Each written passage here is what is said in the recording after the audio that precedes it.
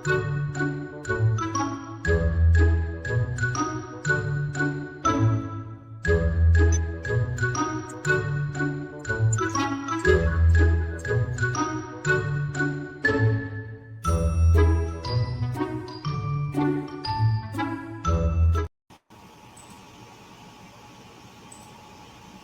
right. Want to welcome everyone. Want to welcome everyone across the globe. This is an international platform, if you did not know. And I welcome everyone to this very, very, very important conversation on health and balance in our complex world.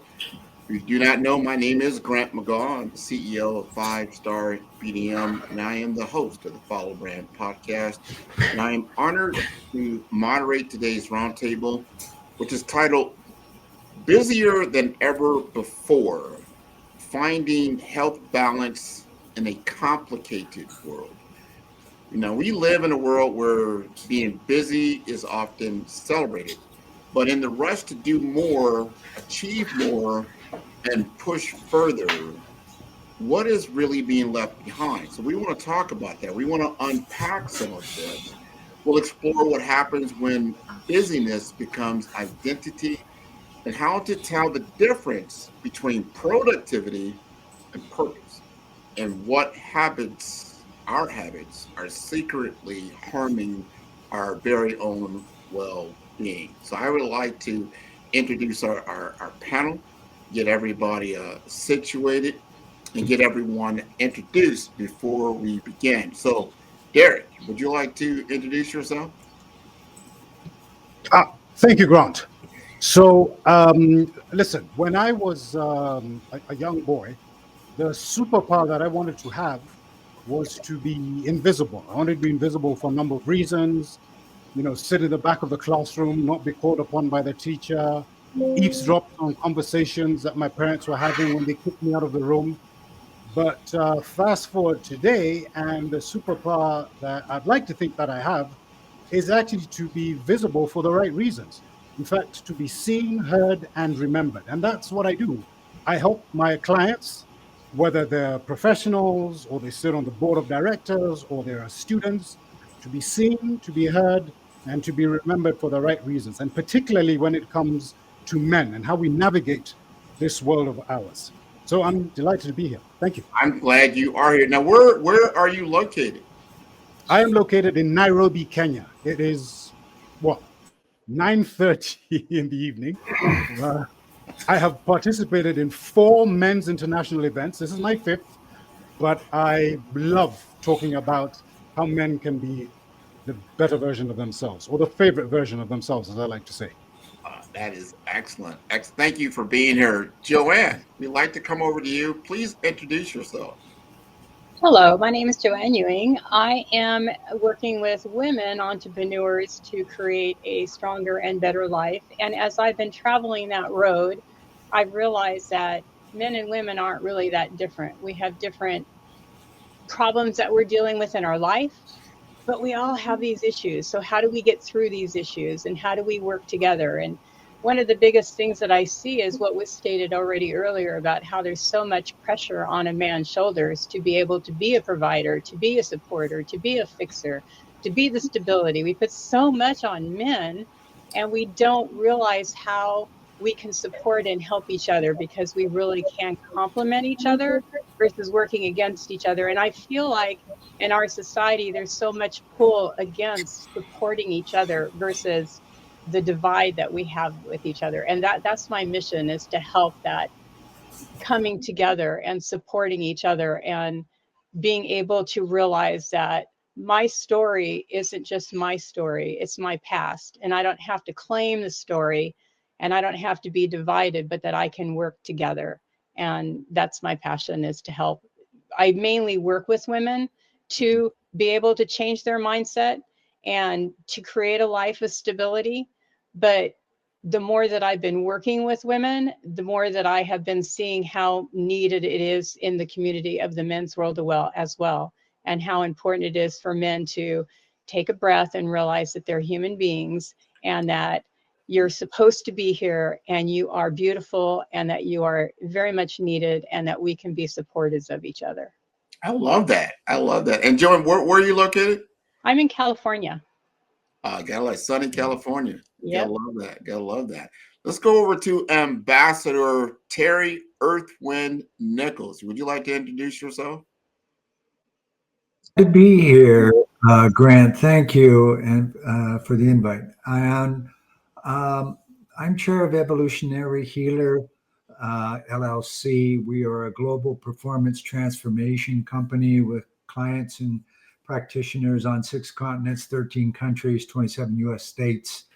We're out there. We do business in 5 languages, so we help a lot of people all over the world with various different things, from repetitive behaviors like self-sabotage, imposter syndrome, PTSD, those types of things. We find an amnesic memory in early childhood with a specific question and answer sequence that releases those repetitive behaviors for their clients. And it's quite interesting work. We also do performance transformation work, help people in the health and wellness world start their business, get a brand, point of view. We do all those types of things. We train people to become practitioners of repetitive behavior, cellular regression.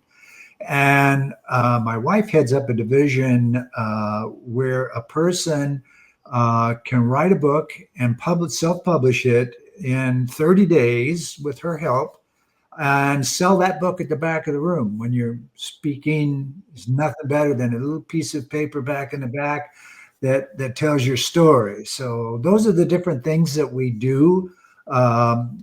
Men's health is a big deal for me and has been all my life. When I was in my 20s, I was invincible. I could do anything, go anywhere, eat anything, drink anything, party all night, do all those kinds of things. But when I hit my 50s, things started to change. Mm-hmm. I'm in my 70s and I don't do any of that anymore. So, and where are you located? Yeah, it's great to be 72, but it requires a little bit of change. Yeah, of course. No, I was asking, where are you located now? Asheville, North Carolina. North Carolina. All right. That is wonderful. Thank you for joining us. And then we have Anjanson. Would you like to introduce yourself? Yes. Good afternoon, everyone. From it's evening already. It's 10:30 p.m. So I'm from Mauritius. Well, I'm a part of the GCI community. I'm a member, a post local vice president in the community service, and I'm also a coach, a public speaker, and a trainer in soft skills to university students and exactly to women entrepreneurs. Why I have joined this summit as men health here in Mauritius. We don't talk much about men health. Mm-hmm. It's like it's getting on here, but we need to talk more about it. And I want to like share my opinion how it is in Mauritius and share some insight about men's health. As a youngster, I'm a young professional, so it's very important to break this taboo. I can say so. Thank you. No, very much so. And what did you say where you're physically located right now? In Mauritius, it is in a small island in Indian Ocean. Indonesia? No, Mauritius, Indian Ocean. It's a Indian small Ocean. island in the Indian Ocean. Yes. Wow, that is so interesting. So we Yes. have a great collective of people from all over the world. And we want to, Exactly. this is going to be an open discussion. And I encourage the audience that is listening in, you can comment whether you're on LinkedIn, you're on Facebook, you're on YouTube, to help us with this discussion. Because as you all said earlier, as men, we don't always voice our health concerns or what is happening because perhaps we may feel more vulnerable, things of this nature. This is an open discussion. It's an opportunity to change the narrative when it comes to that. And this first question, I'm going to bring it over to Terry because I think this might be in your zone of genius. Now, you work with leaders who have made some profound internal changes. So the question is, when being busy becomes an identity, what are the unseen costs of doing that?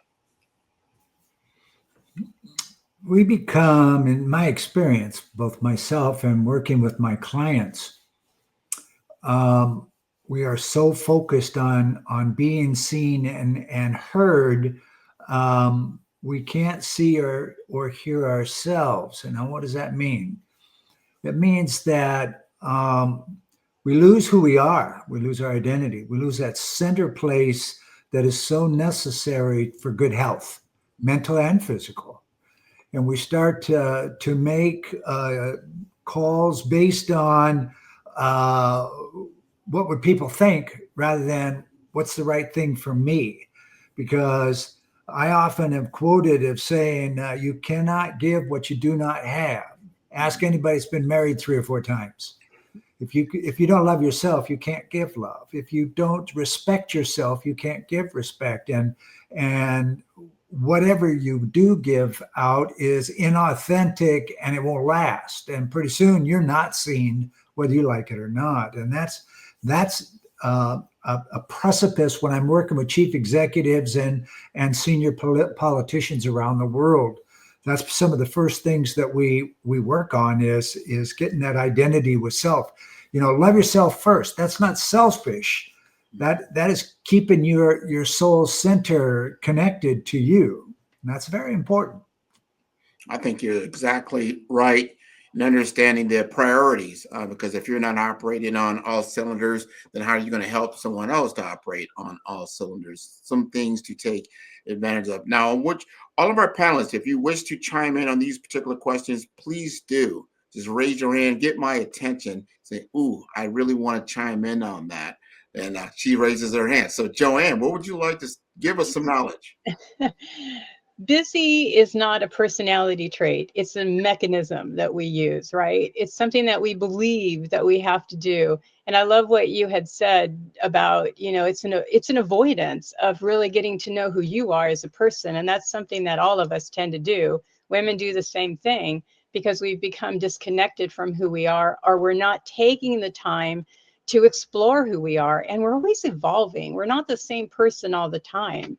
So when you're not connected, then you're staying busy because you're not wanting to blend the two together. And it's really important that we slow down and take the breath and understand who we are as we're developing and changing and evolving, so we can learn more about who we are. Because what I was a year ago is not what I am today. None of us are. And so it's giving ourselves the time to accept who we are now, and know that each day we're evolving and changing more, and giving ourselves permission to do that, and the acceptance to do that.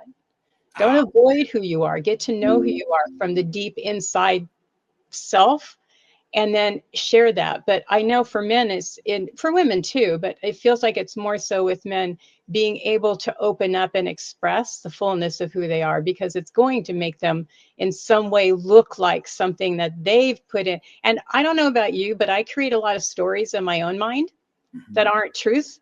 And so that is a lot of what's happening as well with men as well, of being able to really embrace that part of who they are and explore deeper and allow to come out more of who they truly are. I have to agree. Instead of someone asking me, how do you feel? Like, well, what do I think about that? I don't want to talk about how I feel.